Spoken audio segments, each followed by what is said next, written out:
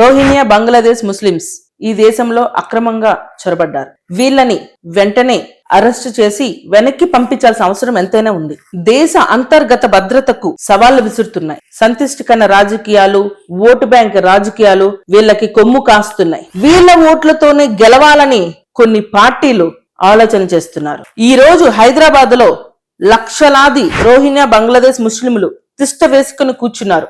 వాళ్ళు ఫుట్బాల్ టీములు, cable channels ఏర్పాటు చేసుకుంటున్నారు.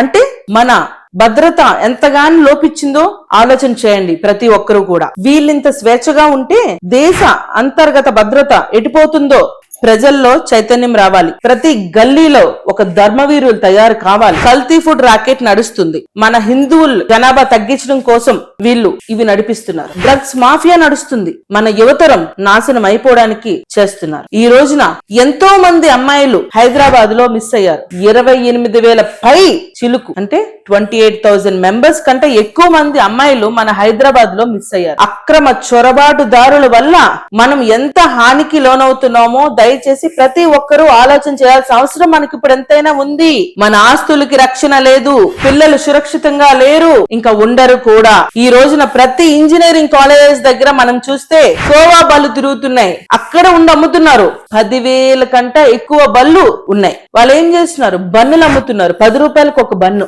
వీళ్ళందరూ కూడా మనకి ప్రతి చోట చుట్టుముడుతూనే ఉన్నారు. ఇప్పుడున్న యువతరం, కాలేజ్ స్టూడెంట్స్ అంతా కూడా ఏ రూపంలో డ్రగ్స్ తీసుకుంటున్నారో కూడా మనకి తెలియట్లేదు. ప్రతిదీ మనకి భయాందోళనగా మారుతుంది. ఈ రోజున ఆడపిల్లలకి సెక్యూరిటీ లేదు, దొంగతనాలు జరుగుతున్నాయి ప్రతి చోట.